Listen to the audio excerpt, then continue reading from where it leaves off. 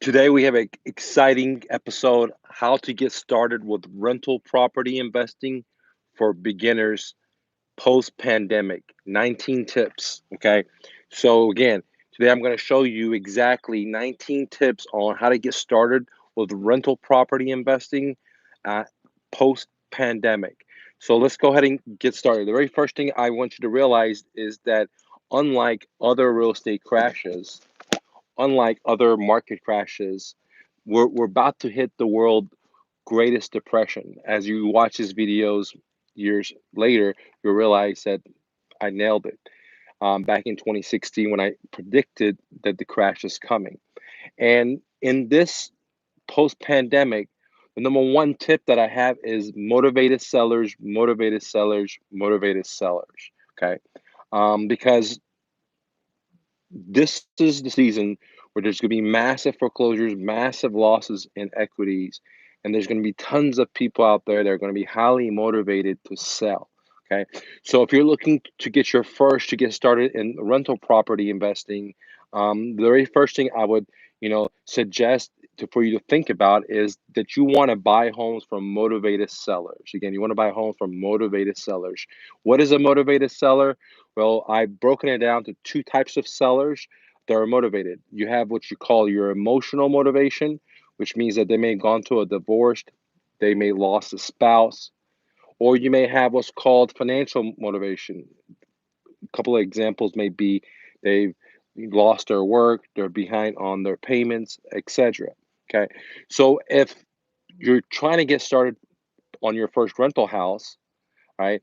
And you're thinking about hiring a real estate agent and going the traditional way, then you're not focusing on the motivated sellers. And the motivated sellers are not listed usually with the MLS. Okay, an MLS is when a realtor gets the listing from a seller, they place it there. And my tip is to work with motivated sellers. What are motivated sellers? It could be emotional motivation, it could be a financial motivation. But that is the key to get amazing deals, which was going to lead me to my next point, which is very, very important because of the credit crunch that's going to be happening in the economic collapse that we're going to be having, and that already started in 2020.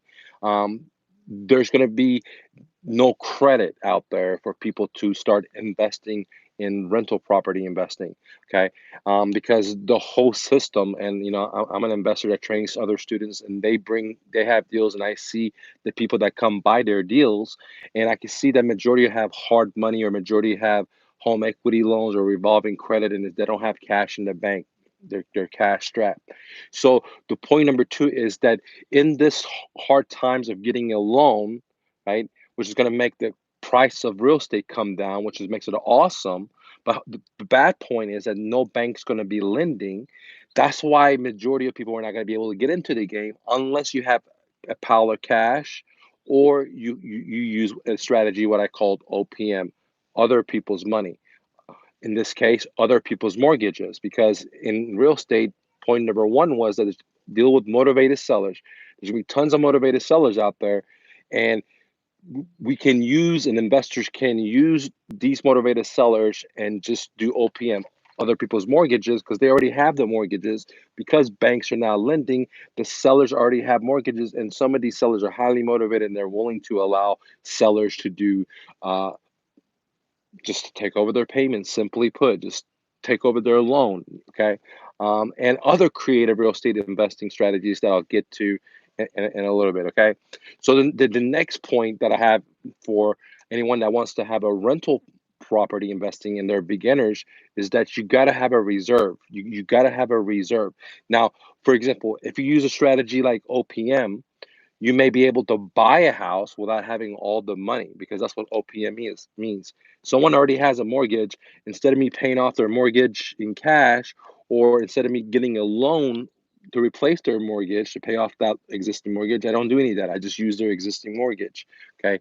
Um, However, I could that means that I can buy a house without having all the cash.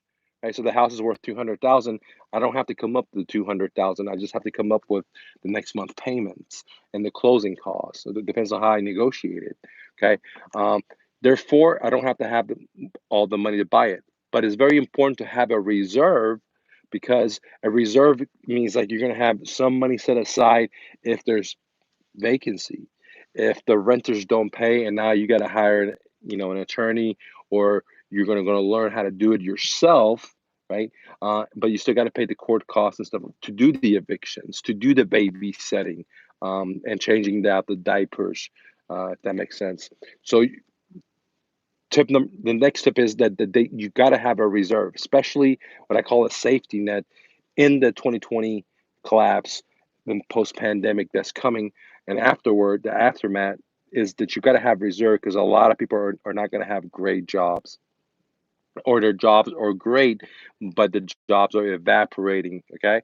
Which brings me to my next tip that I have for anyone that's getting started in uh, with rental properties or rental property investments, and they're beginners post pandemic, is to uh, understand the eviction notices in your county. Okay.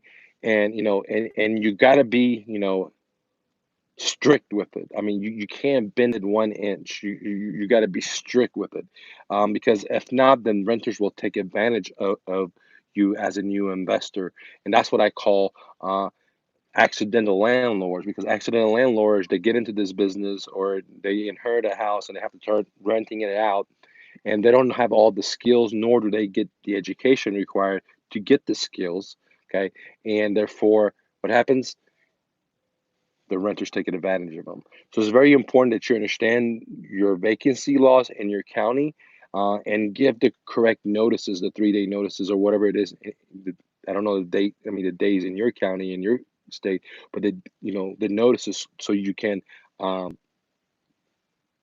be strict with them, because it's hard enough to already do an eviction, and it takes time. But if you don't give the right notices and you're dealing with a pro, squatter, then it's going to be even tougher nightmare. Okay, but again, you know, it's, maybe I could throw an extra tip in, right?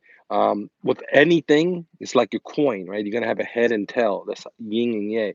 You're gonna have the positive and you're gonna have the negative. You can't just get the positives only. That's not how life works. We live in the duality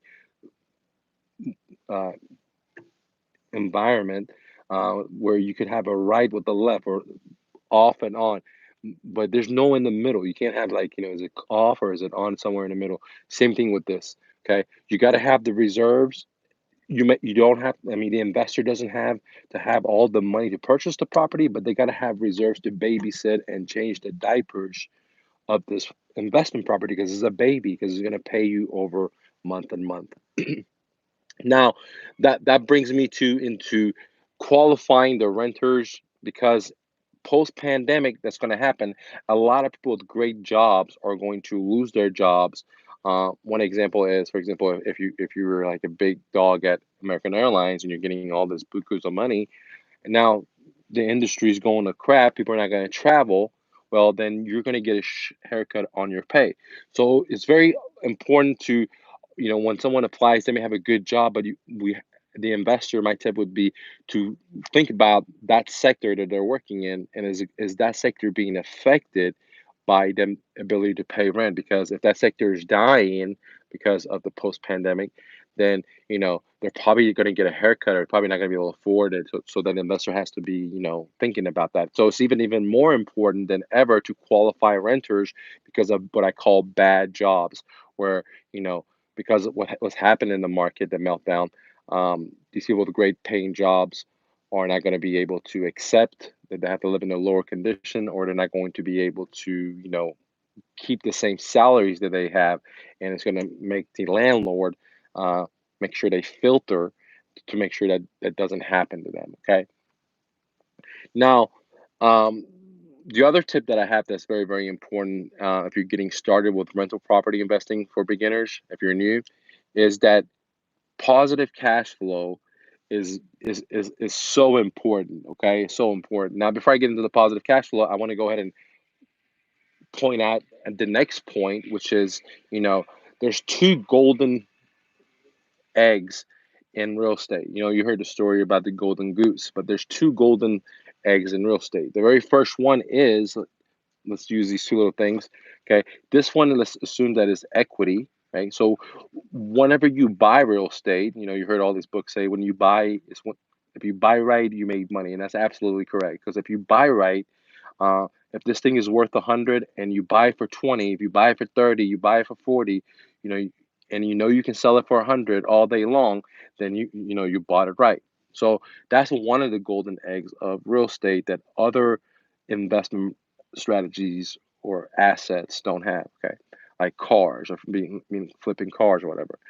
The other golden egg of real estate is that it gives you cash flow. Okay. And this is why I like real estate. And that's why I like to use OPM, because some properties may not have equity or massive equity, but so I'm not buying it right. However, it cash flows positively, which makes it, enticing for me to not throw away that lead and use that lead and turn it into a income producing asset or passive income, and over time have the renters pay off the debt, right, while I'm getting that positive cash flow. Meantime, while I'm babysitting that property, changing the diapers and burping and all that stuff, it's going to throw up on me, all that good stuff. uh, but I got to pay the cost, um, to get the benefit. Okay. So the two golden eggs are in real estate is equity, which of course everyone wants to buy something that's worth 100 for 20 bucks. But in a post academic, there's not going to be that many people that have equity for whatever reasons. And so the other golden goose that comes into play is cash flow, uh, and the exit strategy that follows that. I could get into that if you guys want. Leave a comment, and I'll get into that if you guys want. So the 2 points that I wanted to make is that positive cash flow is one of the golden eggs of one of the benefits that I would suggest if you're new to think about is how much cash flow am I getting? Okay. The A great news is that in the 2020, 2019, 2018, we had ultra low interest rates, historically never seen in America. So people have mortgages, 30-year mortgages with ultra low, almost 0% interest rate, compared to maybe 15 years ago, compared to 10 years ago in the last crash, where people were paying 8%, 7%, 10% interest rate on mortgages. So positive cash flow is going to be abundant, in some sectors of the industry, of the homes, like first time home buyers, or what I call entry level homes, are going to have massive cash flow versus, for example, properties that are mega mansions. They're not going to have any cash flow. Okay. So, but it's very important to understand that as a new person, that cash flow is more superior, or let me say that again, cash flow is king, and I will take cash flow over equity all day. So I prefer to buy a house where I bought a massive equity, and I've also got massive cash flow. But if I had to choose one, right, unless I was going to be a quick fix and flipper, if I was going to flip it, but if I was going to be a holder, like a landlord, I was going to have passive income, then I would want the property that gives me cash flow over equity. And with ultra low interest rate, it's going to be massive cash flow. So that cash flow that I get from the property, I have to have enough to cover the mortgage, cover the insurance, cover the taxes, cover the vacancy, cover the property management, and then enough left over for me, And people ask me, Mike, what is enough? How much is enough left over? Well, in the last crash, I was happy anywhere from $200 a month to $600 a month was, the best you can do because interest rates were like 10%, 9%, 8%. Okay. However, this time, for me, not financial advice is at least close to $1,000, right? So I'm talking about like 600 to $1,000 is a good deal where I take 2,000, for example, in from the rent, and I pay all the expenses, mortgages, insurance, tax, and all that stuff, vacancy, property management, and I'm left with $800. I'm left with $1,000, and that's an extremely great deal. So my tip would one of the tips would be that make sure that property is cash flowing and it's cash flowing positively because it can also cash flow negatively. Okay, and you don't want to be that person that's has a rental property and you're positive and you're cash flowing negatively. What that means is every month you have to subsidize that renter. Let me say that again. Every month you got to stick money out of your own pocket, out of your savings or 401, and take it and pay the mortgage and have someone live in the property for less than the cost of uh, ownership, right? And you don't want to be in a negative cash flow, and you surely don't want to be in a 0% where you're not making a dollar, but you're not even losing. I mean, it's better to be in a zero position versus a negative, of course. But you trust me, you don't want to be in the 0% either, because that's another tip. Because you're not going to have any money for vacancies. You're not going to have any money for property management. You're not going to have any money for repairs in the property or maintenance on the property. You're not going to have money going into your pocket. So you know, so then the investor is just sitting around, not taking any money for 5, 10 years, hoping that one day the equity will be enough for them to sell out, which is okay if someone wants to do that, but surely ain't me because I need to make cash flow. Cash flow is king. Uh, in rental property. Okay. Equity is awesome and I love to buy equity all day long. But if I had a choice where, and the deal was the guy didn't have equity, I could move on to another deal. Or I could say, look, I just spent $100 on this guy and marketing it, but his house gives me a positive cash flow of $1,000. He's behind 1 month, and his house is not in a war zone. So yeah, I only have to pay up 3 grand to buy this, to control this property, to buy this property, to have the seller give me the deed. That's not a bad idea in my book. I'm not telling you what to do, but this is how I'm showing you how I think about it to help you guys out. Okay.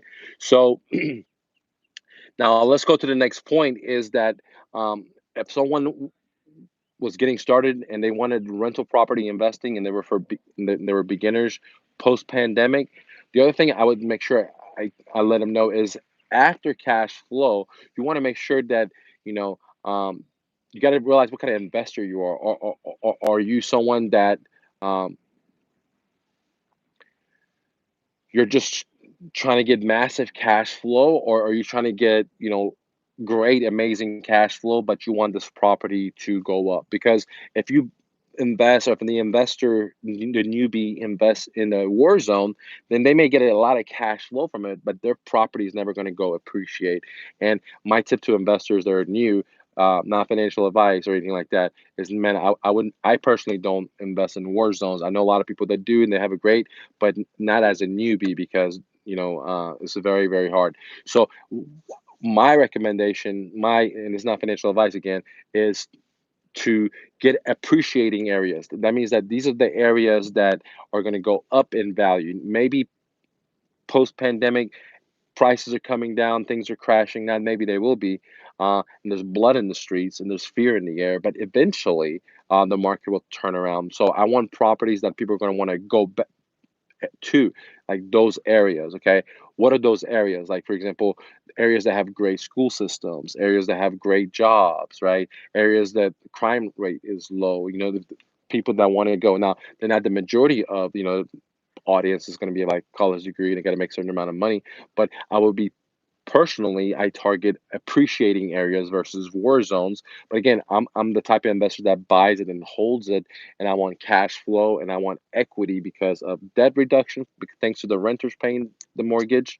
And then two, because of appreciation. You know what I mean? Appreciation, like we see in Colorado, where property has doubled in prices in just 10 years. You could own a $200,000 home that was worth 400. You didn't do anything to it, just chill, relax, right? So my tip would be, you got to realize what kind of investor you are. If you're just looking for just maximum cash flow, then you're looking for war zones. If you're looking for uh, appreciation, then you got to think about like, hey, is this property in an appreciating area? Just because the seller's willing to just let me take over their mortgage, just because the seller's willing to allow me to make their monthly payments, does that make sense? Or even if I have to get cash for it to get this deal, if I have to go get a traditional lending, doesn't matter. Is this an appreciated area that is high demand that's going to make the value go up or not? Okay. Now, the other thing that I highly recommend is that don't buy properties, especially if you're a beginner, rental properties in um, BFE, okay? Because you got to realize that rental properties go with jobs, right? So if there's no jobs, then you're going to have a hard time renting your property out. So there are a lot of deals like, back in 2016, fourth quarters, 2007, 2008, 2009, people try to sell me their homes that had great homes, beautiful homes, but it was in BFE, like butt fuck Egypt, right? And I didn't pull on the trigger because unless I wanted to live in there, then it wouldn't be a deal for me because it's going to be very hard for me to get a renter in there, because no one wants to drive hour and a half to work. So whenever you're getting a rental property, that's why I said appreciating areas usually have the good jobs and the good school systems, right? So you have to think about that. My tip is, so make sure you think about the appreciation area, and you got to make sure that it's not too far. Who cares if the deal is so great, right? But you're gonna have a vacancy days on the market for 6 months, a year, waiting for that one renter that wants to live in that area and is willing to drive an hour, hour and a half. So don't forget about that. Okay. The other tip that I have is that you know I highly recommend that if someone's new, not to take on too much, buy too many houses, right? I mean, that's the mistake that all American companies make. Like, I shouldn't say all, but majority we see, from Ford to GMC to Hearst to all these companies. They expanded, they have locations everywhere, but they don't have a cushion. They don't have any foundation, so they could say, look, I can survive a year or 2 years if business drops 50% or 60% or 30%. Okay, and don't do that. Okay, realistically, for an average American to have $1 million worth of assets that are positively cash flowing, you may, depends on what part of the country you are, you may need anywhere from just like 3 to 10, right? So I know there are people that want to buy 100 or 1,000, and that's awesome. But don't get into that trap of having more doors is going to mean you're going to have more money. It's just like there's only a certain amount of money you need to live a comfortable life, to have freedom. Anything above that, it becomes slavery. It becomes like gluttony, like like you're overeating, you become obese, like it's that type of stuff. Okay, so don't be fooled by getting too many doors. Don't be fooled because sellers are willing to give you deals because it's post-pandemic and they can't sell their homes, and they're willing to just let people take over their mortgages, or they're willing to sell at a deep discount. And just because the deal's out there, or you have the cash saved up, or you have the strategy that I teach, like OPM, other people's mortgages. Okay, don't be fooled by that. It's better just to go slow, and very, very slow, and build the muscle, build the property slowly, versus inject yourself with bunch of OPM, other people's mortgages. There's so many out there, like, here, take my deed, take my, and you're like, yeah, man, blah, blah, blah. And then it's going to cause you to run out of your reserve, because one of the tips that I give you earlier is that you got to have a reserve. You got to have that safety net, um, to be able to have success, to get started in real estate, especially rental property investing for beginners post pandemic. You got to have that reserve. Okay. If you have any questions, comments, leave it. I'll be happy to answer it for you guys. The other tip I have, if you're starting with the rental properties for beginners post pandemic, is to really understand and learn marketing. Okay, because um, if you want to outsource it, you want to put your hand up and you want to hire a real estate agent, for example, then understand that you're not going to be getting the motivated sellers. You're maybe only getting 1 to 10% of the motivated sellers. Okay, um, so you're not going to get that. So marketing, you're going to need it in two ways. You're going to need marketing to find the motivated sellers, right? For them to come into your business through your website or whatever funnels you have. I provide you all that stuff on my website. Uh, However, you need some ways for them to come in, but that doesn't stop there. You also need marketing on the exit strategy when it's time to find that renter, because you don't want to have, you put all this money up and now you took the guys over payments over, or you bought the house for cash, or you got hard money, or you got traditional financing, whatever it is. All right, guys, I'm back. Technical difficulties. That's what happens when you go live. I still appreciate the internet and the air card and whatever Verizon does for us, even though it doesn't work sometimes or a lot of times, but I'm still appreciate it. Okay, so let's go back to Q&A. If you guys have any questions, leave it. And there's one other thing that I left out that I want to go ahead and leave on there is that, yeah, the marketing. I was touching up on that. It's very important to have the marketing on the exit strategy, because you don't want to hold this asset and you're paying for it as a beginner, because that's really crucial to failure. Okay, like, so bad. That's why I said one of the tips is have cash flow. Okay, you don't want to be making payments on this property. You don't want to be making negative payments on this property, cash flow. And so it's very important you master marketing on the exit strategy, because you want to get this property and you want to theoretically have it out in like 1 week, 14 days, 30 days max. You don't want to be sitting on it month after month, okay? Because then your reserve shrinks up. And remember, one of the tips I said earlier is you got to have a reserve, right? So don't get into this business thinking it's going to be easy. It's going to be like you put your foot up. No, I mean, it's a lot easier than going doing construction. It's a lot easier sitting in traffic. It's a lot easier than having a boss. I mean, of course, right? But at the same time, there are problems with it. There are, the flip side of the coin, the dark side of it, which is like you got to babysit these properties, you got to babysit these renters. Sometimes you got to change diapers, like evictions. You got to pay for maintenance. You got to, do all this stuff. You got to pay for marketing, pay real estate agents if you're not good at it, pay them their commissions to bring you someone in.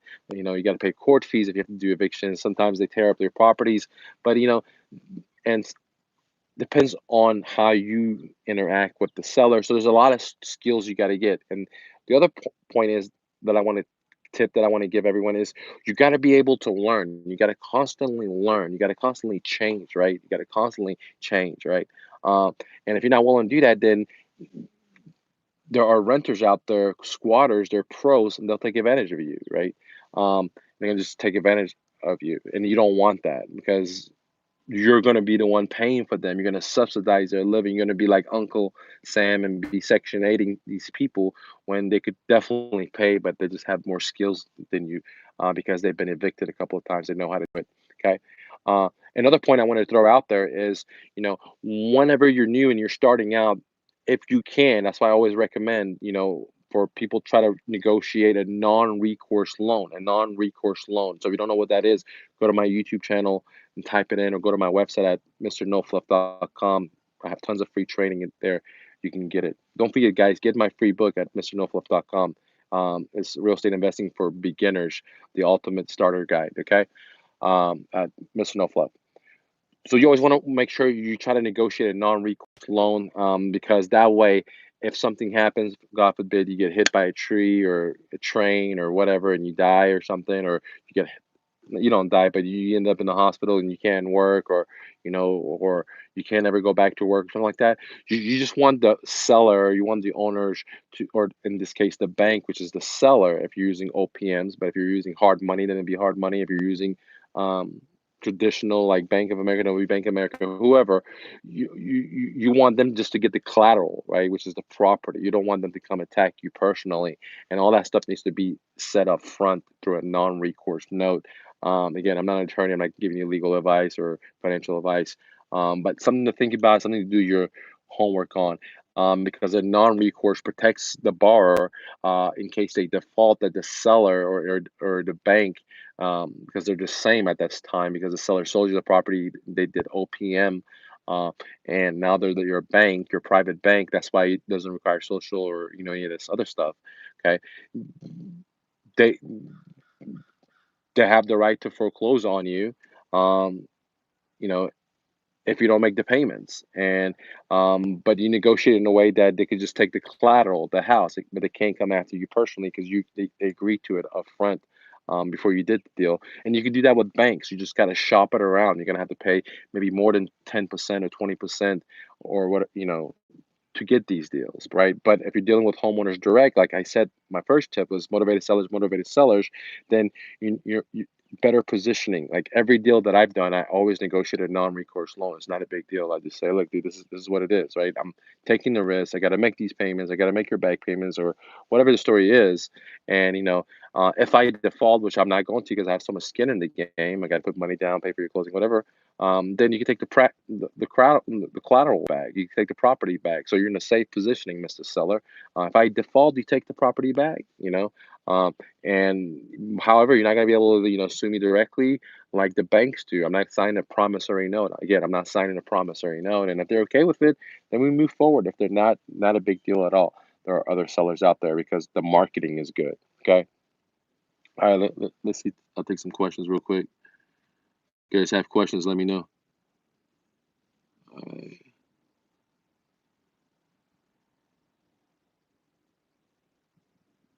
All right, my man says, "Hey, Mike, how do you handle the deed? Do you usually put it into escrow on the subject too?" Okay. And Mike, also, how many properties do you think you could sell without having me? Okay, so those are good questions. Let's start with this question of property management. Okay, now not only have I owned rental properties, I own the brokerage firm, and we manage properties for other investors. Okay, and so as a guy that didn't have a real estate license but own a brokerage firm and we manage properties, that's I'm perfect to answer that.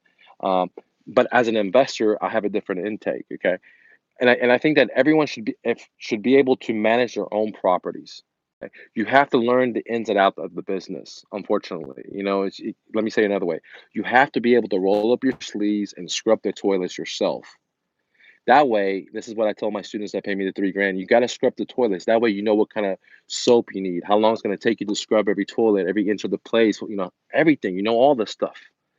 That way, when you outsource it, when you delegate it, when you hire property management, you know that they're doing their jobs, and then you could help them, tell them this is the way you want it, and then I need this way, and this way, and they know to treat you with more competent because you're smart. You're not just a dumb dude. It's like, hey man, I got these properties and manage it for me. God bless you. See, yeah, I'm drinking and hitting the golf balls, right? So question is, how many properties should someone manage by themselves before they delegate it? Well, that depends on that individual, what their goals are, how much time they have, how much money they have, so all kinds of stuff. But it doesn't matter if you're making 100K a month or you're making 100 million a month. I highly recommend if you get into the business to do it at least one, two, three properties yourself for 2 or 3 years, right? To learn the business. It's not that hard, but you will have to pay, ouch, like if you ride a bike, you fall, you got to pay the price. You're going to have to pay to learn and then outsource it. And that allows that individual to learn a lot. Now, some people say, hey, instantly give it to a property management, and that's great. But a lot of people get stuck because they have bad property management. They don't run it right, they don't return calls, they don't screen correctly, they're just in it for the money. And you don't want to, I wouldn't want to do that, right? I can't talk for you. This is not financial advice. So how many would not many, right? It depends on, again, how much time you have. If you're working, two jobs, or you're a full-time CEO and you travel all the time, then maybe, right? But if your money is like really valued to you and you want to learn the business really good before you outsource it, then I do it. It's kind of like with my VA course, right? I always tell people you got to know what you got to do first before you hire VAs. You don't want to just hire a VA and then figure it out, because now you're paying for all these people and then trying to figure it out. And sure, these VAs claim that they know what they're doing, or property management, they're going to claim they know what they're doing. But it's not the same as the way you make the sauce, right? You make the sauce a certain way. You just want them to copy that for you. They're going to duplicate that because you have a proven sauce, if that makes any sense. Now, you asked about my, I mean, what about the deed? How does the deed work? Is this too intense to get in here? So one of my suggestions to you is to go to mrnofluff.com and download the uh, owner financing for profits. I go into all that, and there's tons of videos there with that. And I would also add the profit sharing pre-recorded, because that shows you real live what you just asked. Like my students are asking that, and we have a whole hour, and we have the whole time to work on that one student's deal, so you get to see all that. So if I was you, I would add the profit sharing for coaching, that's pre-recorded for 197, and get the owner financing for profit together, and they're going to give you exactly what you're looking for, because I wouldn't be able to cover it in here. Okay, but I always get the deed, and I get the deed for myself. Okay, what is the amount due per deal on a cash flow? My man asked, what is the minimum amount you do per deal on a cash flow? Okay, that's a really good question, and I answered that a little bit earlier. So, but I'll go ahead and answer it again. It depends on when the season is. Like this season, I'm looking for at least 600 to $1,000 per deal. The last crash, or the last season, interest rates were so high. Like I had deals that I took over sellers' mortgages, and they had 10% interest rate, right? Uh, and so on those, at that time, I was looking for 200 to 600, right? And 600 being like, hey, man, I hit a good run because interest rates were almost 10%, right? Um, but in this season, I'm not going to be happy with a $200 a month positive cash flow, or $400 a month positive cash flow. So I would just, skip that deal for me. But some other people, that's a hell of a deal, and they go home run with it all day long. But for me, I'm not looking for massive amount of doors. It's just, so it has to be at least close to $1,000 a month, because interest rates are all time low. So again, it all depends on the individual. What your goals are. If you have multi-millions coming in, and you just need to dump your money because the stock market is crazy, there's all these other assets are crazy, and you're not really risking a lot of money because you're just making one payments behind up, or two payments behind up, versus coming up with 200,000 to buy the asset. Then that person may need $100 a month positive cash flow. If this is your only deal, this is your only thing you got, you have a 9 to 5, and you have a limited income, then see, then I would be shooting for that $1,000, because I would skip the deals that give me only 200 or 400, because one vacancy will wipe that whole profit out if you're making $200 a month. So I that's why I always tell people, you know, you got to have that reserve for rental property. I don't care who you know who you listen to. You got to have that reserve. It's just very, very, very, very, very important. You may not have to have all the money to buy the property because of OPM, other people's mortgages, or subject twos, or other stuff.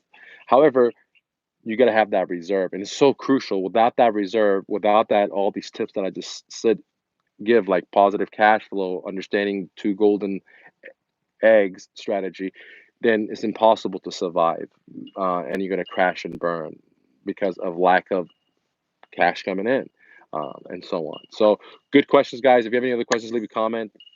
Okay. Don't forget, go to mrnofluff.com, download my free book, guys. Don't forget, if you want to work with me direct, we have two options for you. You can go to mrnofluff.com, click on mentoring, and then work with me one-on-one in my profit sharing coaching. It's $3K for 1 month of coaching, guys. I know it's not for everyone. If you're on a budget, or you just want to test try it out without working over the 3K, then the solution is the pre-recorded profit sharing, where you're getting to sit on the round table with my other students, and they're doing live deals. We're listening to live calls. We're doing live. All these questions you just asked are being answered. And for $197 at mrnofluff.com, and you can get it right now. Okay. Thanks, man. Not a problem. Guys, click the like button. Don't take no for an answer. Remember, we're living the best era ever, because motivated sellers, motivated sellers, motivated sellers. Peace.